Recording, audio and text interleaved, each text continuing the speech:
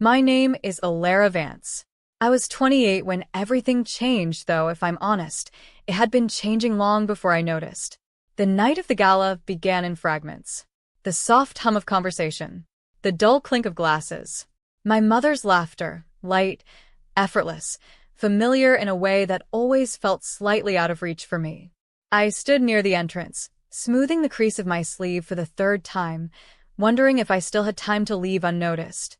I wasn't supposed to be here. Not really. This was his night. My younger brother had always belonged in rooms like this. Warm lighting, polished smiles, people leaning in when he spoke.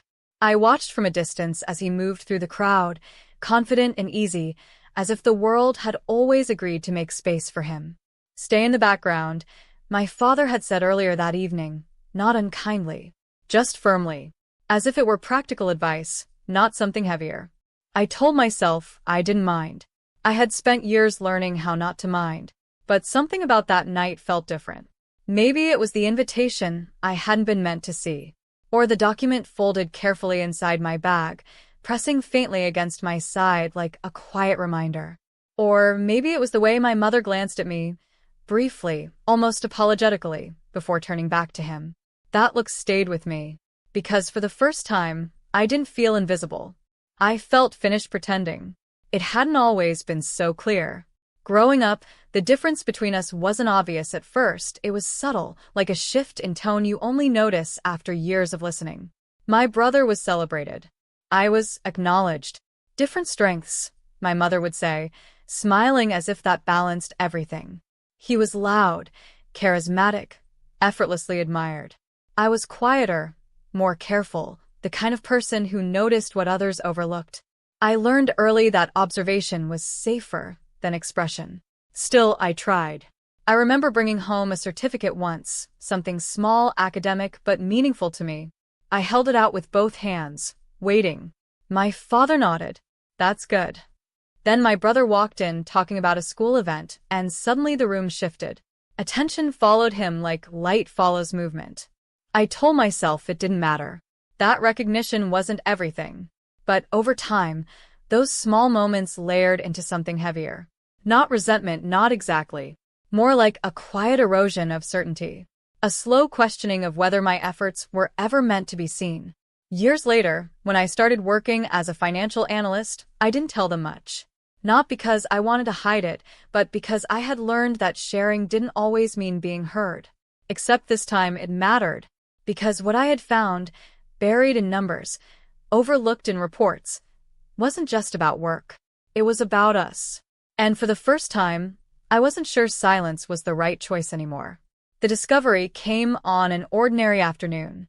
Fluorescent lighting, half-finished coffee, rows of data that blurred into one another until something small, almost insignificant, felt off. At first, I ignored it. Patterns can be misleading. Numbers can whisper things that aren't real. But this wasn't that. It was consistent, repeating, quietly misaligned in a way that suggested intention, not error. I leaned closer to the screen, heart slowing instead of racing, the way it does when something shifts from suspicion to certainty. The account names were familiar. Too familiar. I remember sitting back, staring at the ceiling for a long moment, as if distance might rearrange what I'd just seen. It didn't. The records traced back years, subtle transfers, strategic adjustments, decisions that looked legitimate unless you knew where to look. Unless you cared enough to follow the thread. And at the center of it all was my brother. I didn't feel anger immediately. That came later. What I felt first was confusion, then something softer, almost like grief. Because I realized this wasn't a sudden mistake. It was a pattern, a system. And somehow my parents had never noticed. Or maybe they had. I closed my laptop slowly, hands steady in a way that surprised me. There are moments when life offers you a choice, not loudly, not dramatically, but quietly. Ignore it, or understand it. For the first time in years, I chose not to look away. I didn't confront anyone right away. That would have been easier, in a way, immediate, emotional, loud enough to feel like action. But something in me resisted that instinct. Instead, I watched. Days turned into weeks. I reviewed documents more carefully, cross-referenced timelines, followed the movement of things that weren't supposed to move unnoticed. At night, I would sit by my window, the city dim and distant, replaying conversations from years ago. Moments that had felt insignificant then began to rearrange themselves. "Trust him," my father had said once, in a discussion I hadn't been part of. "I always do," my mother had replied. I wondered now what trust had meant in that context. Was it belief? Or avoidance? There were times I almost stopped. Times I questioned whether I was reading too much into it, whether I was letting old feelings shape new conclusions. But the evidence didn't change. If anything, it became clearer. One evening, I printed everything. Carefully, methodically. Each page aligned, each detail documented. I placed a stack on my desk and just looked at it. This wasn't revenge. That word never felt right. This was something else. Something quieter. More deliberate.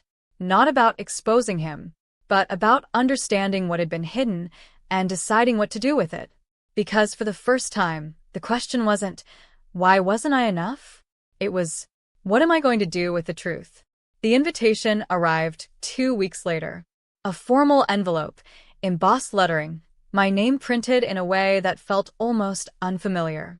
I turned it over in my hands longer than necessary, tracing the edges as if they might reveal something beyond the obvious. The gala. His gala. A celebration of success, recognition, everything our family had quietly centered around him for years. I almost didn't go. It would have been simpler to stay away, to send a polite response, to let the night unfold without me. That version of myself, the one who avoided discomfort, still existed, still whispered that distance was easier. But then I thought about the documents, about the years of silence that had led to this moment. And something shifted. I didn't want to interrupt the evening. I didn't want to embarrass anyone. That had never been my intention. I just didn't want to remain invisible inside a story that involved me. So, I prepared. Not dramatically. Not obsessively. Just intentionally. I chose what to wear with care. Not for attention, but for presence.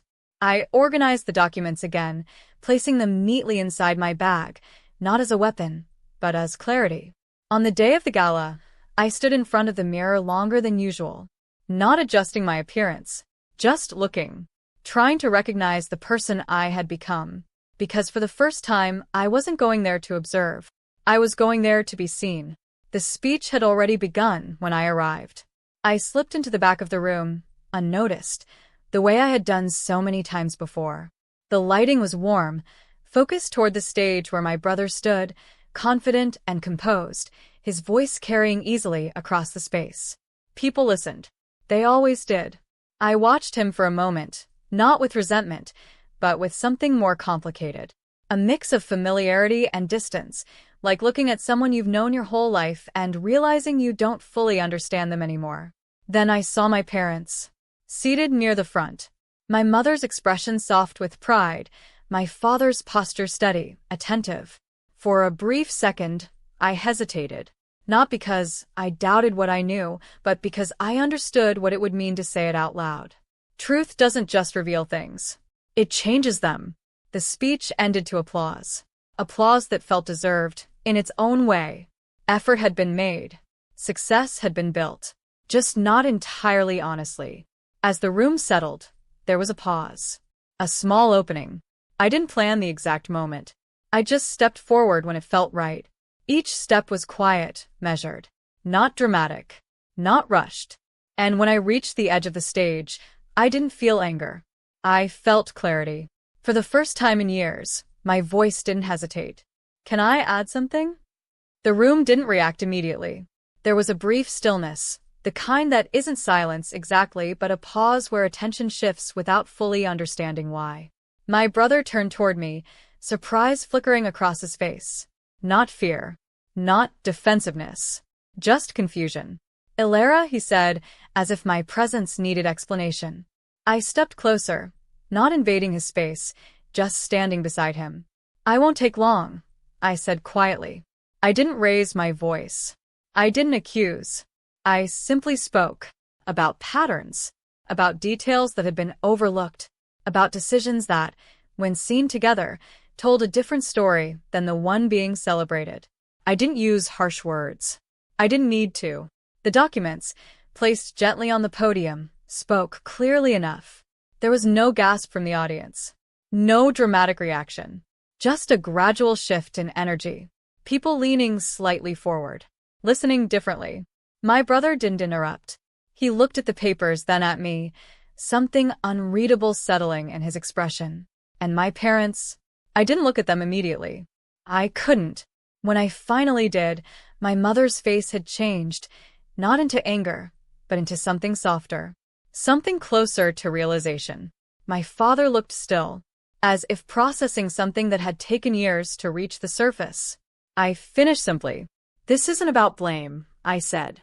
"It's about understanding what's real." And then I stepped back, not waiting for applause, not expecting anything at all. The aftermath wasn't loud. No arguments. No public confrontation. Just conversations, quiet, careful, unfolding over time.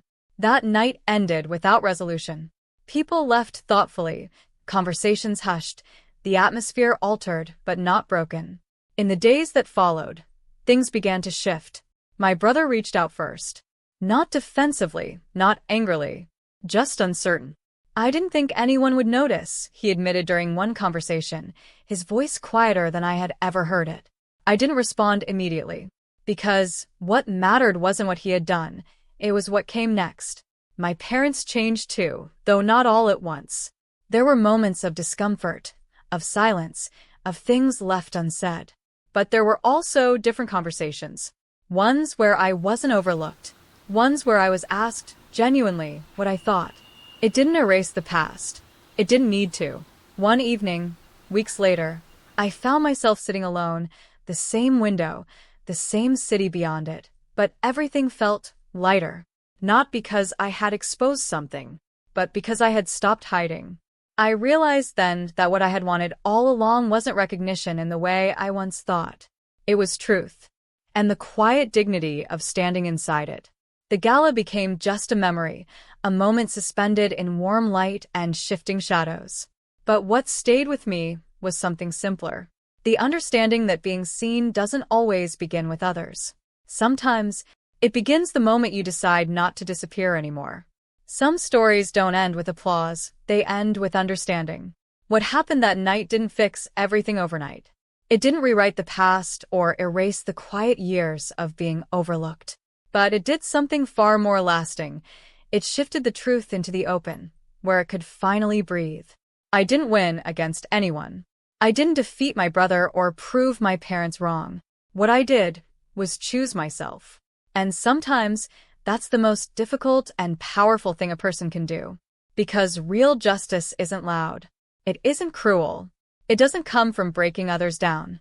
It comes from standing in your truth, calm, clear, and unshaken. From no longer shrinking to fit into a role that was never meant for you. That night wasn't about revenge. It was about release. And in that quiet release, I finally found something I had been searching for my whole life. Not validation, but peace. If this story resonated with you, if you've ever felt unseen, underestimated, or quietly pushed aside, take a moment and reflect. What truth have you been holding back? What part of yourself is ready to be seen? Share your thoughts in the comments. Your story matters more than you think. And if you believe in quiet strength, emotional intelligence, and rising without hurting others, subscribe to the channel for more deeply human, cinematic stories that remind you of your worth.